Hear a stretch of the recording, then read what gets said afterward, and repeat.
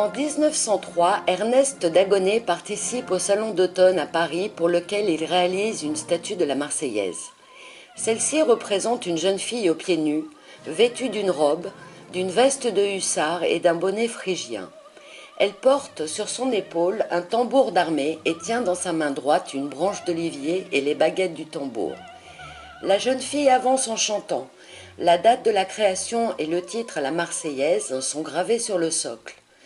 L'État achète la sculpture et Joseph Chaumier, ministre de l'Instruction publique et des Beaux-Arts, en fait don à Agen, sa ville de naissance. La statue est érigée dans le square de la Porte du Pin jusqu'en 1942, date à laquelle les autorités allemandes décident de la faire fondre afin de récupérer le bronze et de supprimer toute référence à un hymne désormais interdit.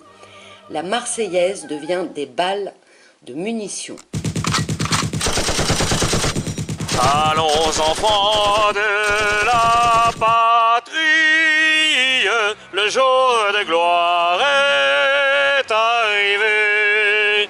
Contre nous de la tyrannie, l'étendard sanglant élevé, l'étendard sanglant élevé.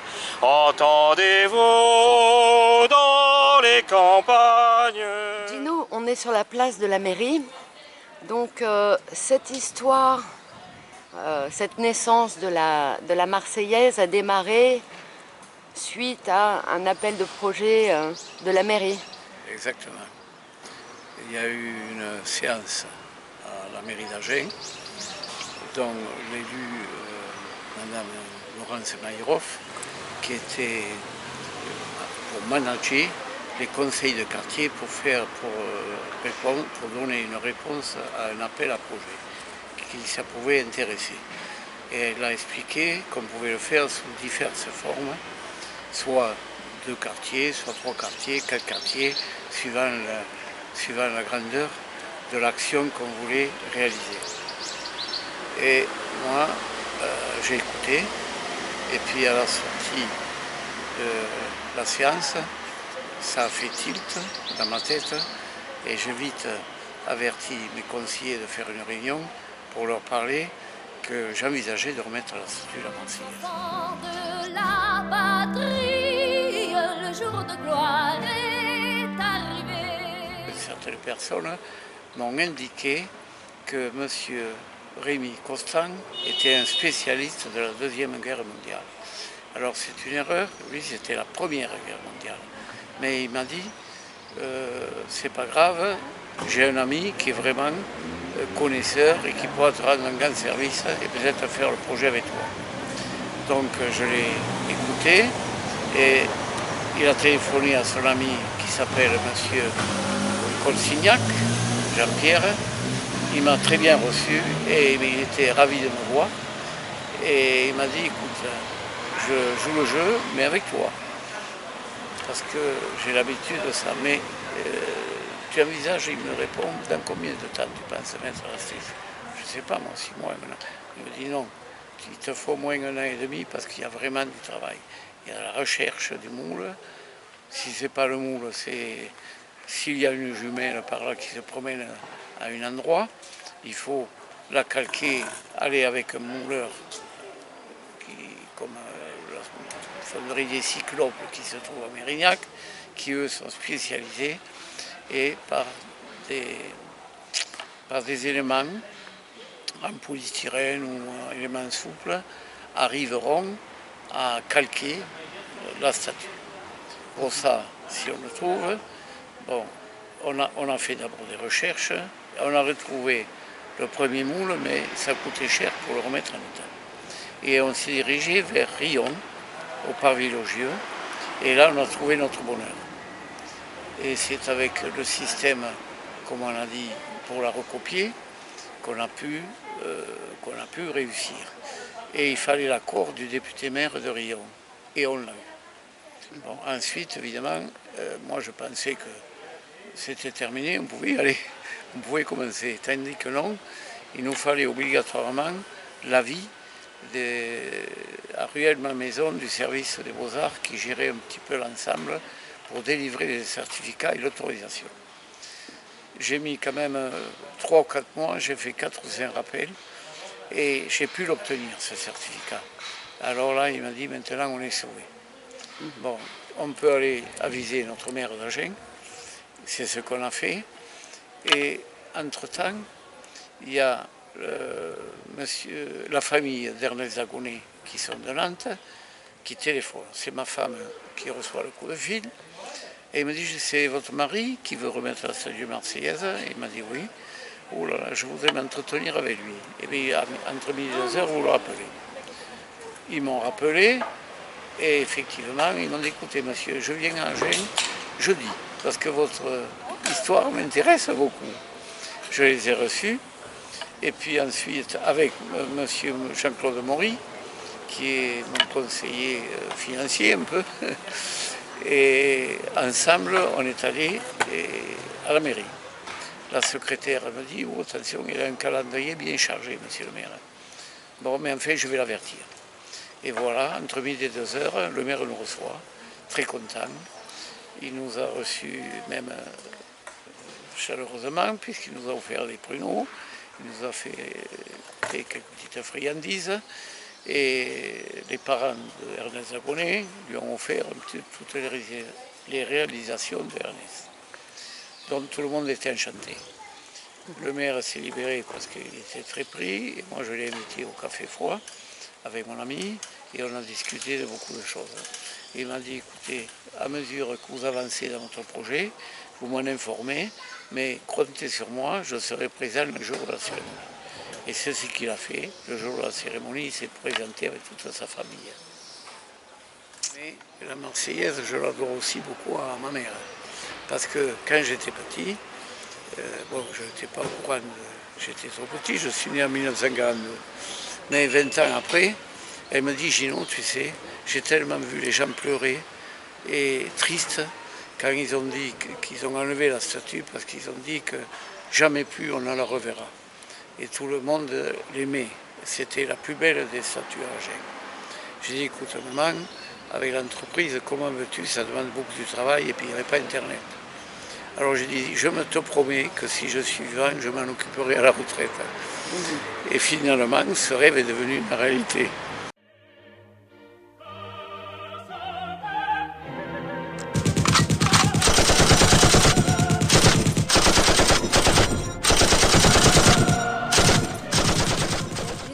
On est ici à la bibliothèque d'Agen et donc on est dans la partie comment vous avez, à partir du moment où votre projet a été choisi suite à cet appel de projet de la mairie, qu'est-ce qu'il vous a fallu faire pour retrouver justement les cotes, toutes les informations concernant la Marseillaise?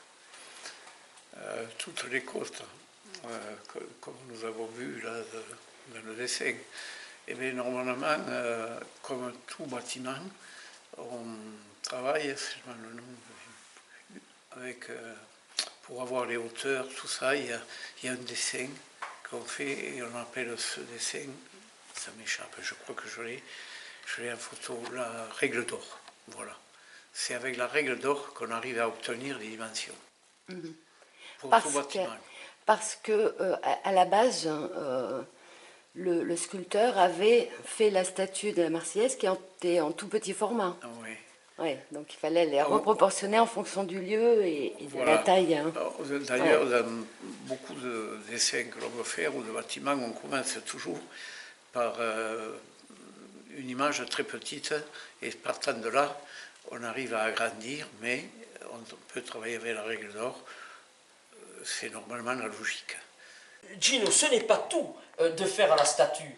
Tu as voulu aussi refaire le socle qui avait disparu. Exactement. Et donc ce socle est en pierre et tu as souhaité le refaire à l'identique.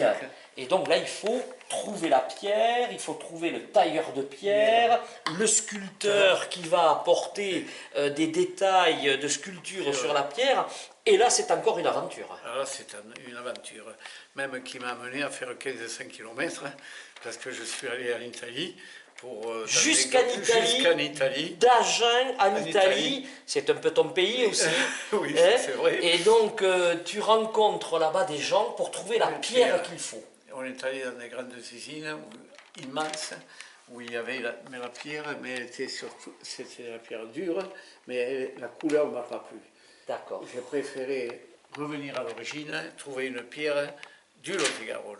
Très bien. C'est là que j'ai retrouvé dans les carrières après, à Montcabrier, après Saint-Sylvestre, D'accord. à 60 km d'Agen, Voilà. j'ai pu trouver la même pierre. Après Villeneuve-sur-Lot, Saint-Sylvestre et tout ça, et donc là tu trouves une pierre dure, voilà. non gélive, Et oui.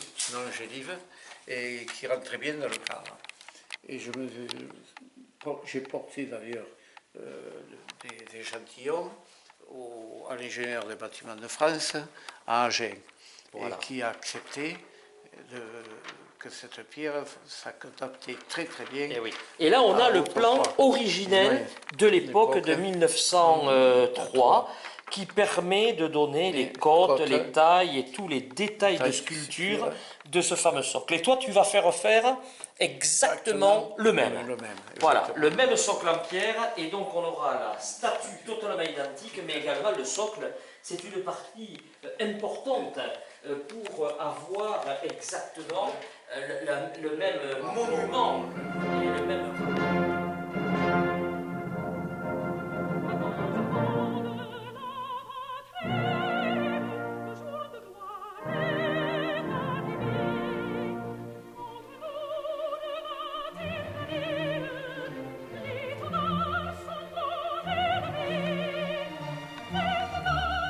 Bonjour Gino. Alors, nous sommes devant le moule de la statue de la République. Alors, ce moule a été fait à partir du premier original de la statue pour remplacer celle d'Agen qui avait été déboulonnée. Alors, ce moule est en quoi exactement? Un produit élastomère, voilà. On peut dire. Hein. Et alors, il a été copié évidemment sur la sœur jumelle de la statue de la Marseillaise, le parc de Riom. Le premier travail, ça a été de la calquer. Et oui. Il a fallu des produits faciles pour reprendre tous les mouvements, toute la forme. Alors là, on a un moule qui est l'extérieur est en polyester, rigide, avec en plus des bouts de bois pour bien maintenir, voilà. Et l'intérieur est une forme de latex, de polymère, qui va permettre de couler le bronze. Parce que la statue aujourd'hui à Agen de la République est comme l'original, c'est-à-dire en bronze et véritable. Et donc il a fallu ce moule extraordinaire pour grandeur nature dans lequel on a moulé et structuré cette statue.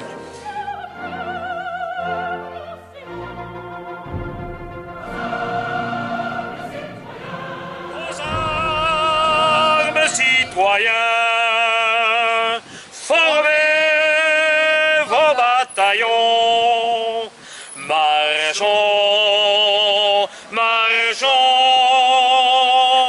que sang impur abreuve nos sillons. Gino m'a sollicité. Et en tant que vieille habitante du quartier, j'ai tout de suite répondu oui. Ouais. Je trouvais que c'était un magnifique projet de réinstaller cette merveilleuse Marseillaise sur les lieux où elle avait été initialement installée au début du XXe siècle. Ma mère me parlait de cette statue qu'elle appelait le petit tambour, à l'époque où elle était au fond du jardin. Et donc la refaire, c'était refaire vivre déjà la vie de notre ville d'Agen. Ouais. Remettre ce qui avait été dérobé, déjà par la symbolique. Et ensuite, pour tout le côté pratique, eh bien, ça a été une aventure de 2 ans, facilement, pour que tout soit parfait, tout soit bien recréé pour le 14 juillet, il y a 2 ans maintenant. C'est redonner de l'espoir quelque part? Oui, c'est redonner de l'espoir, redonner une identité, rappeler certaines valeurs morales. C'est important. Nous étions 4 présidents, mais tous nos conseillers ont fait un boulot extraordinaire. Hein. On a été vraiment très très épaulés pour toute l'organisation, le défilé notamment sur le boulevard. Oui, ça c'est la clôture. Bon, il y a tout le Oui, travail mais avant. en amont, les réunions, les nombreuses réunions que nous avons honorées, mais tout s'est très bien passé et le résultat était magnifique. Donc au total, c'est combien de personnes, Gino, qui vous ont aidé? C'est-à-dire que là, il y a le président, mais chaque président a 7 ou 8 personnes. Une trentaine de personnes. Donc il y a une trentaine de personnes. En tout, une bonne trentaine de personnes pour l'organisation. Et puis on était tous habillés de l'époque de la Marseillaise, le calot, tout. On était vraiment bien. Bon, là, on ne vient pas déguisé, c'est dommage, parce que j'ai la chemise blanche avec la Marseillaise que quelqu'un m'a brodée. Voilà, non, mais c'est vrai que c'était vraiment un moment très très agréable et je pense que ça va rester dans les annales. Voilà. Oui. Voilà. Et qu'est-ce que vous pensez de la réalisation de Gino et de la Marseillaise? Vous pensez qu'il arriverait quand vous avez entendu parler de ça? Moi, quand il m'en a parlé, surtout quand il m'a dit, ça fait déjà 2 ans que je m'en occupe, je me suis dit mais quel courage, parce que c'était titanesque, hein. Il a fait des recherches pas possibles et vraiment il est tenace, hein, parce que il fallait le faire, hein. Ça a duré 3-4 ans je crois à peu près. Non, c'est une belle réussite, il est content. Bon.